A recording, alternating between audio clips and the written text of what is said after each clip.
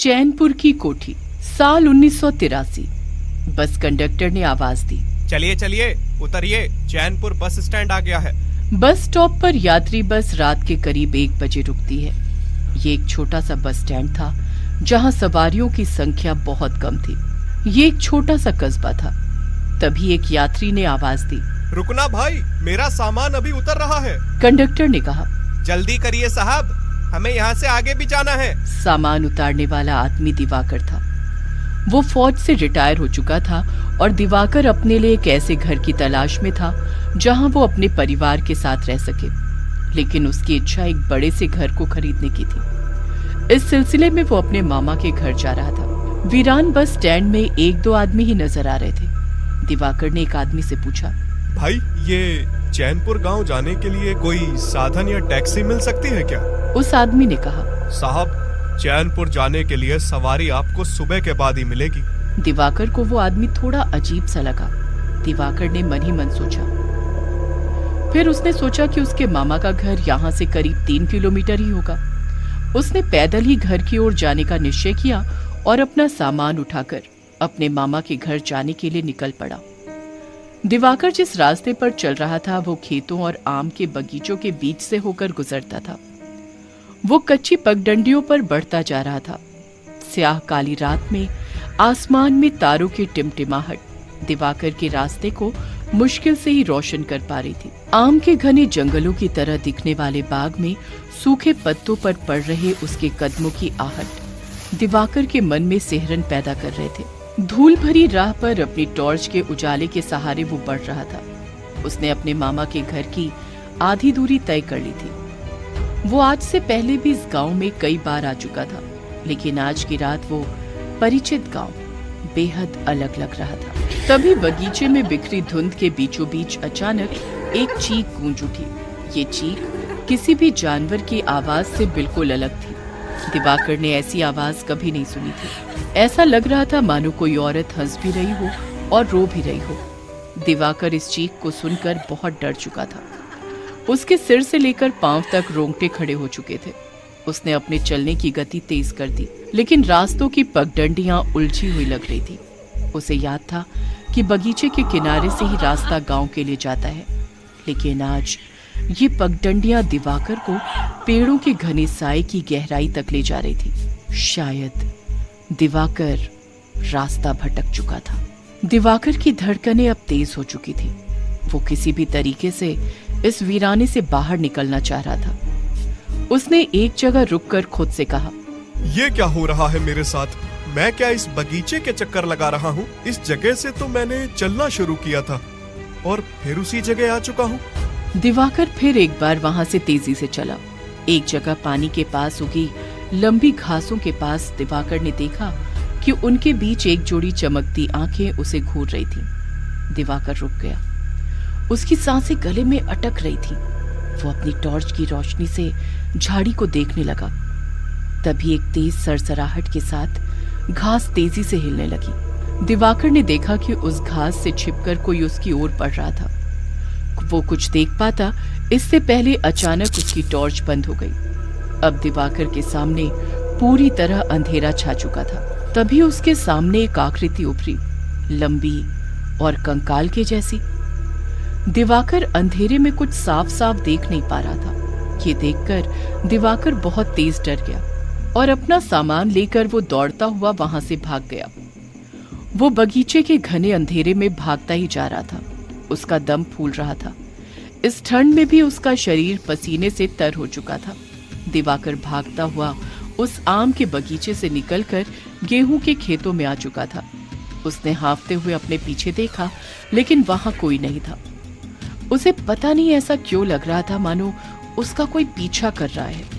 खेत में लगी फसलों के बीच से एक बार फिर उस कच्चे रास्ते की ओर बढ़ रहा था कि पास ही एक कुआं नजर आया। दिवाकर ने खुद से कहा, मेरा गला सूख रहा है, पहले रुककर इस कुएं से पानी पी लूं, फिर आगे बढ़ूं। दिवाकर कुएं से पानी निकाल ही रहा था कि पीछे से किसी ने उसे आवाज दी। ये आवाज किसी बूढ़े आदमी की थी जो सुनने में बहुत पतली और अजीब सी थी।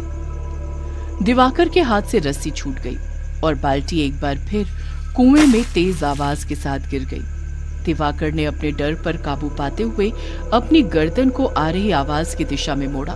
उसने देखा कि एक बुजुर्ग आदमी धोती और कुर्ते में उसके पास खड़ा है, जिसने अपने सिर पर गमछा भी बांध रखा था। उस आदमी के चेहरे को देखते ही दिवाकर की जान में जान आ गई और उसने एक लंबी सांस खींचते हुए कहा, ब्रिजवासी काका आप हो? आपने तो मुझे डरा ही दिया था। उस बूढ़े ने कहा, कौन हो तुम और तुम मुझे कैसे जानते हो? दिवाकर ने कहा, ब्रिजवासी काका, मैं दिवाकर, मनोहर मामा का भांजा। ब्रिजवासी काका बोले, मनोहर? ओह हाँ, याद आया। दिवाकर, तुम इतनी रात गए यहाँ क्या कर रहे हो? दिवाकर ने ब्रिजवासी से कहा, काका, मैं अपने मामा के यहाँ जा रहा था, लेकिन आज बस खराब हो जाने की वजह से यहाँ देर से पहुँचा। लेकिन ना जाने आज मैं रास्ता कैसे भटक गया।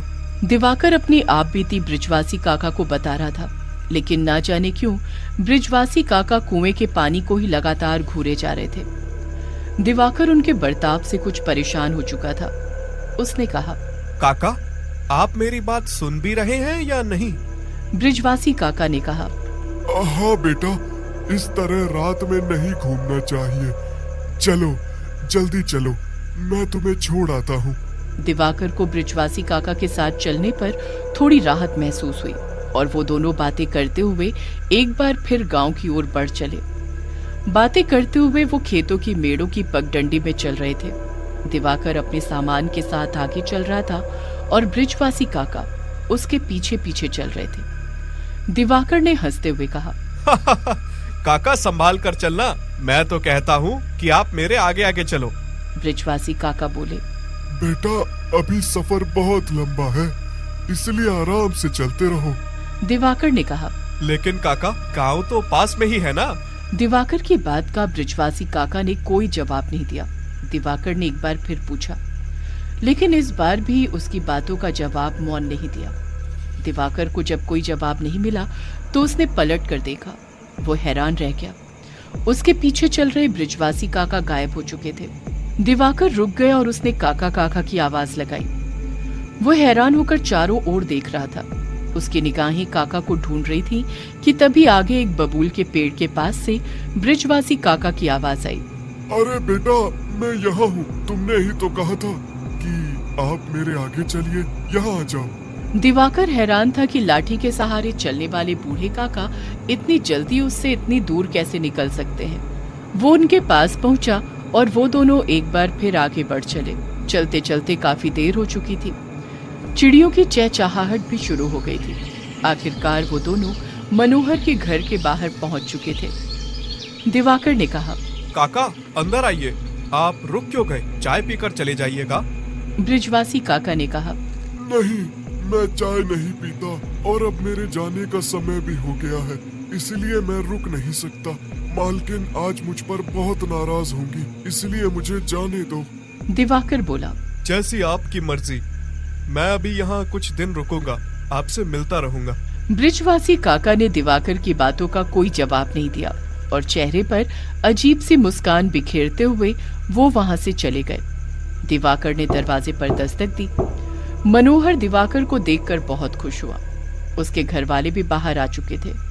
सभी दिवाकर को देखकर बहुत खुश थे। मनोहर ने कहा, तुम इतनी रात यहाँ कैसे आए? दिवाकर ने सारी बातें अपने मामा मनोहर को बताई।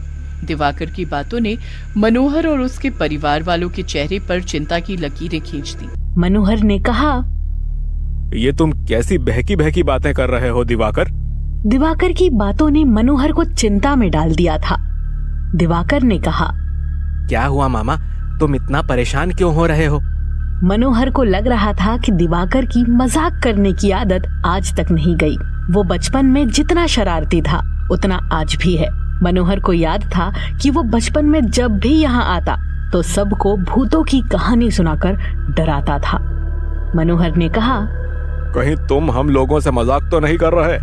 क्योंकि तुम जो बात कर रहे हो उसी बात ने हम सबको परेशान कर रखा है। तुम कहते हो कि तुम्हें यहाँ तक ब्रिजवासी काका ने पहुँचाया है और वो अभी अभी यहाँ से गए हैं। दिवाकर ने कहा, हाँ ये सच है, मैं कोई मजाक नहीं कर रहा, मेरी बातों का यकीन करो। अगर वो मेरे साथ ना आए होते तो शायद अभी भी मैं कहीं भटक रहा होता। यहाँ के रास्ते पूरी तरह से बदल चुके हैं। दिवाकर के शब्द कमरे में गूंज रहे थे। मनोहर और उसके परिवार वालों के चेहरों पर तनाव साफ झलक रहा था। मनोहर, जिसे दिवाकर की बातों पर विश्वास नहीं हो रहा था, उसने गुस्से से कहा, 3 साल। उसने दोहराया। उसकी आवाज में गुर्राहट थी। ब्रिजवासी काका का 3 साल पहले निधन हो चुका है और यहीं इस गांव के तालाब के किनारे ही उनकी चिता को आग दी गई है, और तुम कहते हो कि उन्होंने तुम्हें यहाँ पहुँचाया है।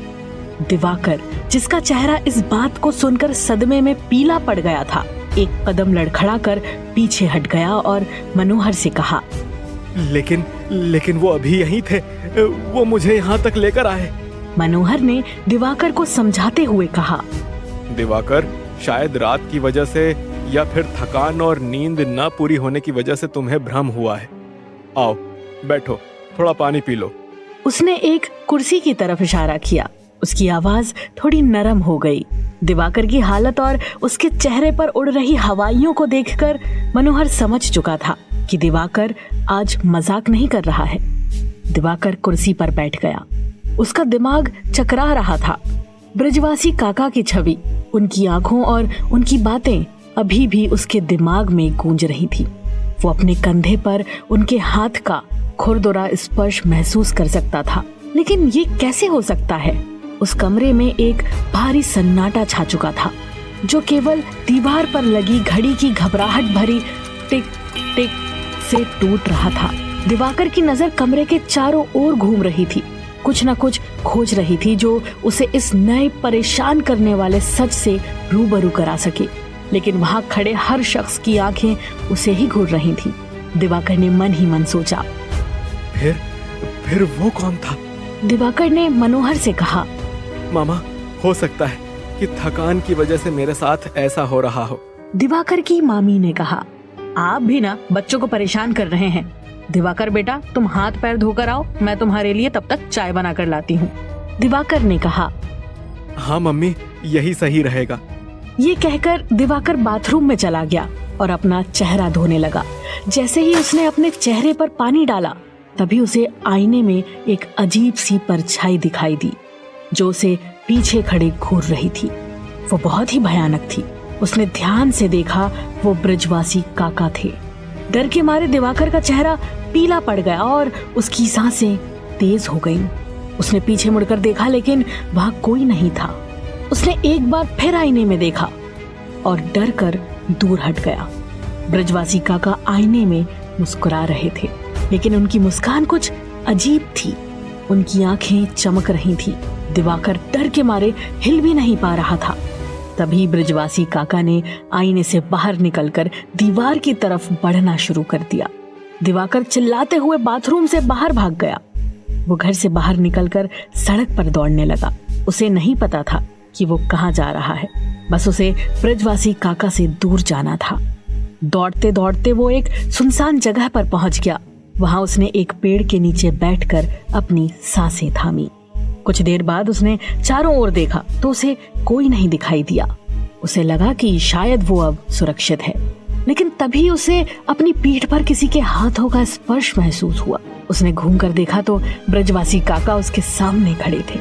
दिवाकर डर के मारे चीखने लगा। तभी उसकी आंखें खुल गईं। वो बिस्तर पर था। दिवाकर ने ये सब सपने में देखा था। दिवाकर ने जो अभी देखा वो सपना हो सकता है, लेकिन जो उसके साथ हुआ वो सपना नहीं था।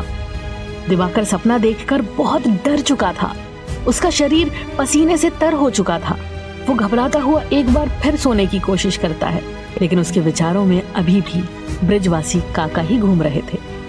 सुबह के 8 बज चुके थे, लेकिन दिवाकर अभी भी सो रहा था। मनोहर उसके पास जाता है और दिवाकर को उठाते हुए कहता है, दिवाकर उठो, सुबह हो चुकी है, कब तक सोते रहोगे? दिवाकर की नींद टूटी। उसकी आंखें पूरी रात जगने की वजह से लाल हो चुकी थी। उसने ऊँघते हुए कहा, मामा, कल रात में ठीक से सो नहीं पाया। मनोहर ने कहा, अरे उठो दिवाकर, तुम तो आर्मी मैन हो, इतनी सी बात में घबरा गए। चलो आज मैं तुम्हें अपने खेत दिखाता हूँ। दिवाकर ने मनोहर को रोकते हुए कहा। लेकिन मामा, आज तो हम लोग घर देखने के लिए चैनपुर जाने वाले हैं ना? मनोहर ने कहा। अरे दिवाकर, क्या बताऊं, जिस आदमी को वो घर दिखाना था वो आज किसी काम से रीवा चला गया है। उसे 2 दिन लगेंगे आने में। दिवाकर मामा की बातें सुनकर परेशान हो चुका था। उसने मनोहर से कहा। लेकिन मामा, आप तो जानते ही हो कि घर पर सभी लोग अकेले हैं और पिताजी की तबीयत कुछ ठीक नहीं थी। ऐसे में इतने दिन रुकना क्या सही होगा? मनोहर ने कहा। तो तुम ही बताओ क्या करना चाहिए? दिवाकर ने कहा। मामा, तुमने तो वो मकान देखा होगा, चलो हम दोनों ही देख आते हैं। दिवाकर की बात सुनकर मनोहर कुछ सोचता है और फिर कहता है। ठीक है, लेकिन क्या ऐसे ही चलोगे? पहले तैयार हो जाओ, नाश्ता कर लो, फिर चलते हैं। दोनों बाइक पर सवार होकर चैनपुर की ओर निकल पड़े थे। मनोहर की बुलेट गड़गड़ाती हुई धूल भरी सड़कों पर बढ़ी जा रही थी। कुछ देर बाद मनोहर और दिवाकर चैनपुर पहुंच गए। चैनपुर कई गांवों से जुड़ने वाला एक छोटा शहर था, जहां लगभग सारी जरूरतें आसानी से पूरी हो जाती थी।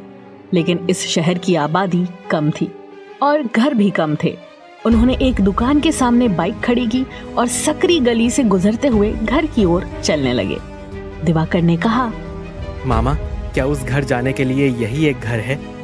ये तो बहुत सकड़ा और बहुत गंदा भी है। मनोहर ने कहा। हाँ, यही रास्ता है। अब शहर की जमीन की कीमत तो तुम जानते ही हो, और तुम्हारा जो बजट है उसके हिसाब से चैनपुर में ये सही मकान मिल रहा है। मनोहर की बात सुनकर दिवाकर को बिल्कुल अच्छा नहीं लगा। दरअसल दिवाकर के मामा मनोहर की गांव में बहुत जमीन थी और वो बहुत रौबदार था। लेकिन दिवाकर के पिता के पास ना तो जमीन थी और ना ही कोई नौकरी। जैसे तैसे वो जमीन पट्टे पर लेकर खेती करते थे और अपने घर का पेट पालते थे। दिवाकर के फौज में जाने के बाद उसके घर के हालात बदले थे। उसका हमेशा से सपना था कि उसके मामा के जितना बड़ा उसका भी घर हो, लेकिन उसने जब तक घर लेने की सोची तब प्रॉपर्टी के दाम काफी बढ़ चुके थे। घर उनके सामने दिख रहा था। दोपहर की धूप के बावजूद घर के भीतर एक अजीब सा अंधकार था। दिवाकर ने नजरें झुकाकर टूटी हुई खिड़कियों पर जमी गंदगी को साफ कर घर के अंदर झांकने की कोशिश की। घर में अजीब सी सीलन और बदबू फैली हुई थी। दरवाजे और खिड़कियां भी टूटी हुई थी। दिवाकर ने मनोहर से कहा। ये बहुत पुराना और जर्जर है, इसके मेंटेनेंस में लाखों रुपए लग जाएंगे। मनोहर की हंसी फूट पड़ी। उसकी हंसी तीखी और झकझोर देने वाली थी। हाँ, ये बहुत पुराना है। मनोहर ने दिवाकर की पीठ पर ताकत से थपकी देते हुए कहा। अब इतनी कम कीमत पर कोई तुम्हें नया घर नहीं बेचेगा। मैं तो कहता हूँ कि शहर में रहने का सपना छोड़ दो। दिवाकर मनोहर की बात से बहुत हताश हो रहा था। वो दोनों वहाँ से निकल ही रहे थे, तभी अमित ने आवाज लगाई। दिवाकर, दिवाकर, रुको भाई, कहाँ चले जा रहे हो? दिवाकर अपना नाम सुनकर रुका और उसने मुड़कर पीछे की ओर देखा। उसे पुकार रहा शख्स कोई और नहीं बल्कि उसके बचपन का दोस्त अमित था। दिवाकर अमित को देखकर बहुत खुश होता है और वो दोनों एक दूसरे के गले लग जाते हैं। बातें करते हुए वो तीनों एक चाय की स्टॉल पर पहुंच जाते हैं। समोसा और चाय ऑर्डर करते हैं। अमित ने दिवाकर से कहा। और सुनाओ दिवाकर, यहाँ कैसे आना हुआ? दिवाकर ने अमित से कहा। यार अमित, मैं यहाँ एक घर लेना चाह रहा था। उसी के सिलसिले में आज चैनपुर में एक घर को देखने के लिए आया हूँ। उसके बाद दिवाकर ने अमित को घर के बारे में पूरी बात बताई। अमित ने कुछ सोचते हुए कहा। यार दिवाकर, तुम जिस तरह की प्रॉपर्टी ढूंढ रहे हो उससे बढ़िया और कम कीमत की एक प्रॉपर्टी मेरे ही घर के पास है। अगर तुम देखना चाहो तो मैं तुम्हें दिखा सकता हूँ। दिवाकर ने मनोहर की ओर देखा। मनोहर ने अमित से कहा। ठीक है, लेकिन ये है कहाँ पर? अमित ने मनोहर से कहा। मामा जी, आपने चैनपुर की कोठी का नाम तो सुना ही होगा। मनोहर ने कहा। हाँ, लेकिन वो तो काफी समय से 2 भाइयों के झगड़े की वजह से बिक नहीं रही थी। अमित ने कहा। मामा जी, उन दोनों भाइयों के झगड़े का निपटारा हो चुका है और अब वो प्रॉपर्टी को बेचना चाहते हैं। वैसे भी उनका बेटा विदेश में है और यहाँ बूढ़े रघुराज ही बचे हैं जो अब यहीं आकर रहने लगे हैं। मैं तो कहता हूँ तुम उसे खरीद लो। बहुत ही अच्छी डील है और शहर से बहुत दूर भी नहीं है। उसे आसानी से रेस्टोरेशन के बाद नया किया जा सकता है। दिवाकर ने अमित से कहा। यार अमित, तो फिर चलो, हम अभी उसे देख लेते हैं। वो तीनों चैनपुर की कोठी की ओर चल पड़ते हैं। कुछ देर के बाद वो एक छोटी सी पहाड़ी के ऊपर बनी कोठी के पास पहुंच जाते हैं। पहाड़ी के ऊपर बनी चैनपुर कोठी बीते युग के एक